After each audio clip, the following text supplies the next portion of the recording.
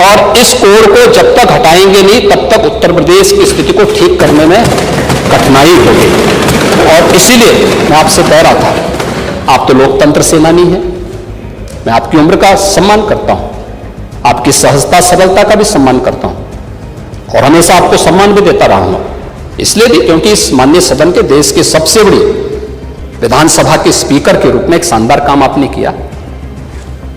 एक जनप्रतिनिधि के रूप में एक लंबे समय में संघर्षशील जीवन, एक सामान्य परिवार से उभर करके आप आगे बढ़े और इसलिए कभी कभी सही बात बोलने की हिम्मत भी कर पाते हैं।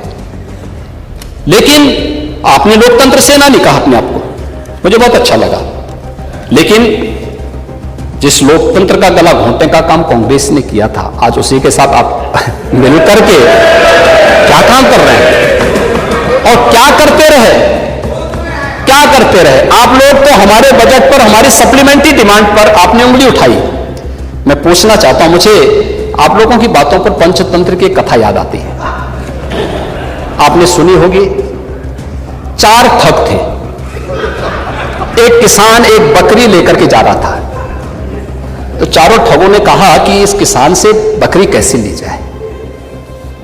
तो हो सकता है कि उनको थोड़ा लोक लाज रही हो, तो उन्होंने कहा चलो छीन तो नहीं साहब पाएंगे, तो एक काम करते हैं, चारों अलग अलग जगह खड़े हो जाते हैं और अलग जगह खड़े होकर के हम लोग ये बोलें कि भाई ये कुत्ते का बच्चा कहां लेके जा रहा है।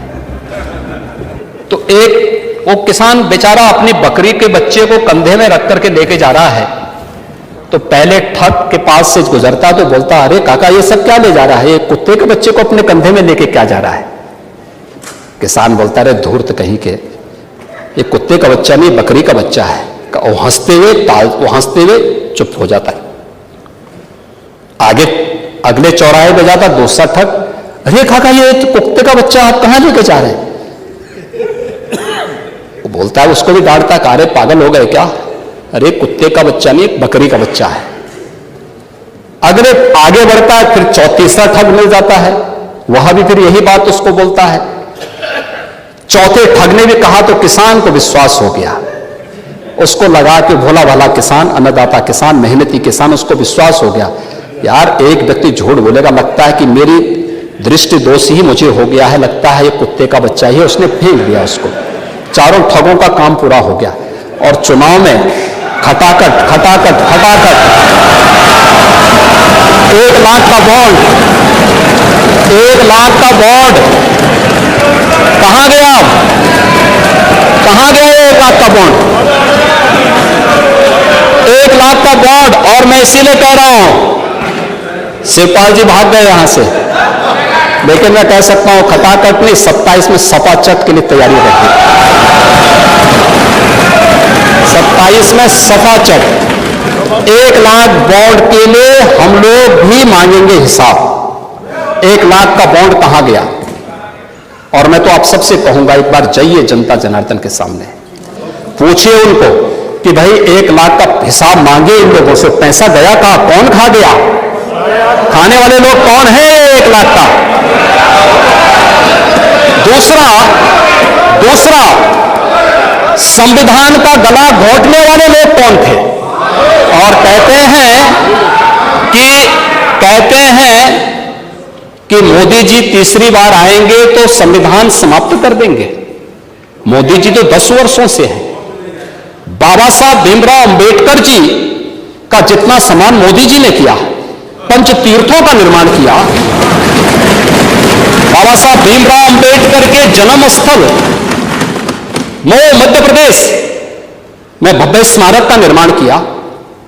बाबा साहब भीमराव अंबेडकर से जुड़े हुए, जहां उन्होंने अपने उच्च शिक्षा अर्जित की थी, इंग्लैंड की उस मकान को खरीद करके अनुसूचित जाति के बच्चों के लिए हायर एजुकेशन के लिए स्कॉलरशिप की व्यवस्था की और उसके लिए इंडिया हाउस के रूप में उसे स्थापित करके इसको बाबा साहब भीमराव अंबेडकर का एक स्मारक इंग्लैंड में ही बनवाया और स्कॉलरशिप की व्यवस्था की।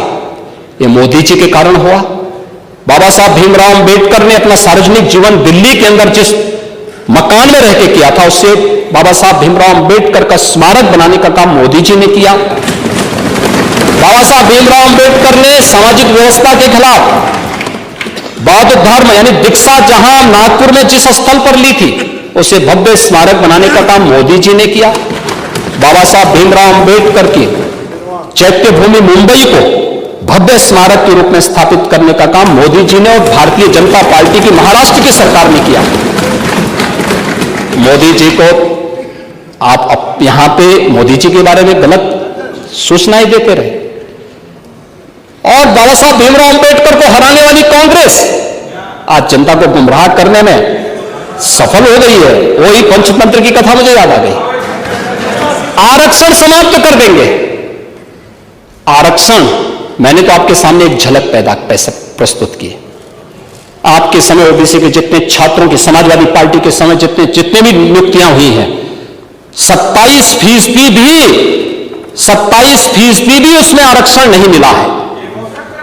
27% भी किसी भी नौकरी को आप उठा करके देख लीजिए, मैं दावे के साथ कहता हूं 27% भी ओबीसी के छात्रों को नौकरी नहीं मिली। पिक एंड चूज होता था। क्या ये सच नहीं? आज जिस तहसीलों की आप बात कर रहे हैं यहां पर भतीजा और चाचा की एंड कंपनी वसूली के निकली थी और लेखपालों की तैनाती उस आधार पर हुई थी। आज तो नहीं है। आज तो हमने 5500 लेखपालों की तैनाती दी है। एक भी जगह कोई उंगली नहीं उठा सकता, कोई नहीं उठा सकता। जब ये नौजवान जाएंगे एक ट्रांसपेरेंसी आएगी। आप अंतर बोल देना, पढ़िए आप उसके बाद बोले। हाँ अब बोलेगा, मैं आपकी बात को सुनूंगा। लेकिन मैं केवल बोलना चाहता हूं कि आप लोग ये पंचतंत्र की कथा को तो दोहराने का काम कर रहे हैं, कभी फिर से पूरी नहीं होने वाली है। याद रखना, हमारी सरकार में मैंने लोक सेवा आयोग के आंकड़े आपको दिए हैं और मैं फिर दावा ठोक करके बोलता हूं 27% नहीं, हमारी सरकार में जो तैनाती हुई, नियुक्तियां हुई हैं, किसी भी पद पर हुई हैं, SC, ST, OBC कि अगर आप नियुक्तियों की बात करते हैं, मैं कहता हूं ये 50% नहीं 60% से अधिक नियुक्तियां प्रदेश के अंदर 60% से अधिक नियुक्तियां हर एक स्तर पर हमने की है और ये सुनिश्चित किया है एक प्रदेश के किसी नौजवान के साथ धोखा नहीं होना चाहिए। धोखा कोई करेगा उसकी नौकरी को उसी दिन हम लोग लेने का काम करते हैं। जेल के अंदर पूरी निर्ममता के साथ उसको ठूसने में भी कोई कोताही नहीं बरतते। आपको बुलडोजर से डर लगता है, लेकिन ये निर्दोष के लिए नहीं है, उन्हीं अपराधियों के लिए है जो प्रदेश के नौजवानों के भविष्य के साथ खिलवाड़ करते हैं, जो प्रदेश के व्यापारी और बेटी की सुरक्षा में सील लगाने का काम करते हैं, जो प्रदेश के अंदर अराजकता पैदा करके सामान्य लोगों का जीना हराम करते हैं। मेरा दायित्व बनता, मैं यहां नौकरी करने नहीं आया हूं, कतई नहीं। मैं यहां पे इस बात के लिए आया हूं कि अगर वो करेगा तो भुगतेगा भी फिर, और इसीलिए मैं यहां पे आया हूं कि हम लोग उससे लड़ेंगे। ये लड़ाई हमारी सामान्य लड़ाई नहीं है, ये प्रतिष्ठा की लड़ाई भी नहीं है। मुझे प्रतिष्ठा प्राप्त करनी होती तो मुझसे से ज्यादा प्रतिष्ठा अपने मठ में मिल जाती है, कोई आवश्यकता नहीं मेरे लिए। लेकिन इस प्रकार के गुमराह भरे तथ्यों को लेकर क्या बातें हैं आप लोग बोलते हैं, इस प्रकार के अनावश्यक बातों की तरफ आप ध्यान कर, आप इस प्रकार की चर्चाएं करते हैं। लेकिन मैं कहना चाहूंगा और अंत में मैं केवल एक ही बात कहना चाहूंगा, एक काट की हंडिया बार बार नहीं चढ़ने वाली है, तो उसका समय पूरा हो गया है, पूरा हो गया है, अब नहीं चलने वाला है। और इसीलिए हम लोग तो इस बात के पक्षधर हैं और वह ये मैं फिर भी आपसे आप लोगों से कहूंगा, आपसे नहीं, आप तो बड़े बुजुर्ग हैं, वयोवृद्ध हैं, पूरे मैं दोनों पक्षों से कहूंगा कि पांडे जी जैसे लोगों को सम्मान मिलना ही चाहिए, क्योंकि वो पीढ़ी लगभग अपने ढलान की तरफ है और मुझे लगता है उन्हें हर प्रकार का सम्मान मिलना चाहिए। लेकिन हम लोग जो भी योजना बनाते हैं यह धरती पर पांव रख करके बनाते हैं, व्यवहारिक जगत का। मैं आपकी बात को इसलिए सुन रहा था, मैंने एक दो बार आपको डिस्टर्ब इसलिए नहीं किया क्योंकि मैं जानता था कि आप जमीन पर रह करके सारी बातों को यहां व्यवहारिक स्तर पर बोलते हैं। और इसीलिए मैं कहूंगा कि एक पांव, जो अटल जी ने कहा था, एक पांव धरती पर रखकर ही वामन भगवान ने आकाश पाताल को जीता था। धरती ही धारण धर करती है, कोई इस पर भार न बने, मिथ्या अभिमान से न तने। मुझे लगता है गलतफहमी नहीं होनी चाहिए समाजवादी पार्टी या कांग्रेस को कि वह बार बार खटाखट जैसी योजना के माध्यम से जनता को धोखा दे सकें। लेकिन मैं आपसे कह सकता हूं, ये सरकार चलेगी, मजबूती के साथ चलेगी, प्रदेश के अंदर ट्रांसफॉर्म करने के अपने अभियान को आगे बढ़ाएगी। प्रदेश के अंदर खिलवाड़ करने की किसी को जरूरत नहीं होगी। और कल की जो गोमती नगर की घटना है, उस घटना में भी हम लोगों ने जवाबदेही तय की है। उसके अपराधियों की सूची भी मेरे पास आई है। ये अपराधी हैं, पहला अपराधी है पवन यादव, दूसरा अपराधी मोहम्मद अरबाज। ये सद्भावना वाले लोग हैं, यानी सद्भावना, अब इनके लिए सद्भावना ट्रेन चलाएंगे, इनके लिए बुलेट ट्रेन चलेगी, चिंता मत करो। और उस बुलेट ट्रेन की तैयारी की जा रही है। और इसीलिए महिला सुरक्षा हमारे लिए सर्वोच्च महत्व रखता है। हमने इस बात को पहले दिन कहा है, कोई खिलवाड़ करेगा तो उसका खामियाजा भुगतेगा। हम लोगों ने इस बारे में हम लोगों ने आश्वस्त किया, एक एक बेटी को, एक एक बहन को हम लोगों ने इस बात के लिए आश्वस्त किया है। और मैं फिर इस बात को कह सकता हूं, इस घटना को हमने गंभीरता से लिया है। और गंभीरता से लेने का परिणाम है, पूरी चौकी को सस्पेंड किया है, इंस्पेक्टर को सस्पेंड किया है, डिप्टी एसपी, एडिशनल एसपी और डीसीपी, इन सबको वहां से चेंज करके इनके खिलाफ भी कार्रवाई हमने प्रारंभ की है। जो भी व्यक्ति प्रदेश के अंदर अराजकता और अव्यवस्था पैदा करने का प्रयास करेगा, मैं फिर कहूंगा, हम सबका सम्मान करेंगे, सबको सुरक्षा देंगे। लेकिन अगर किसी ने अव्यवस्था पैदा करने का प्रयास किया तो फिर उसका भुक्तभोगी भी उसको बनना ही पड़ेगा। मैं यही आपसे भी कहूंगा कि आप अपने लोगों को भी इसके लिए तैयार करेंगे कि वे कानून का पालन करने की दिशा में आगे बढ़ेंगे, तो मुझे लगता है कि यह अच्छी दिशा में आगे बढ़ पाएगा।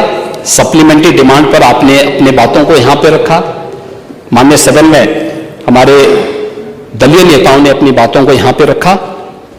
मैं उन सबके प्रति आभारी हूं, माननीय सदन का भी आभारी हूं।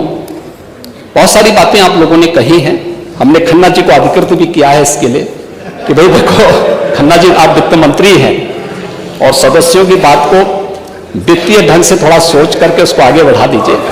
और मुझे लगता है कि होगा, अच्छी दिशा में आगे बढ़ेगा। लेकिन हमें चिंता इस बात की होती है कि सदस्यों के बारे में परसेप्शन गलत न जाए बाहर।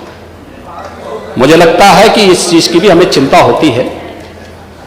सत्ता पक्ष के विधायक अपने प्रस्ताव समय पर देते हैं तो उन्हें त्वरित आर्थिक विकास से पैसा मिला, और मुझे लगता है विपक्ष के सदस्यों को, खासतौर पर समाजवादी पार्टी के सदस्यों को इसकी फुर्सत नहीं होती कि विकास करा सकते, क्योंकि वहां पे क्षेत्र के विकास के बजाय स्वयं के विकास में ज्यादा ध्यान रहता है, इसलिए वो ज्यादा प्रस्ताव दे नहीं पाते। तो आप देख रहे थे इन्वेस्टिगेशन टाइम्स न्यूज। हमारे चैनल से जुड़ने के लिए अभी सब्सक्राइब करें और बेल आइकॉन दबाना न भूलें। धन्यवाद।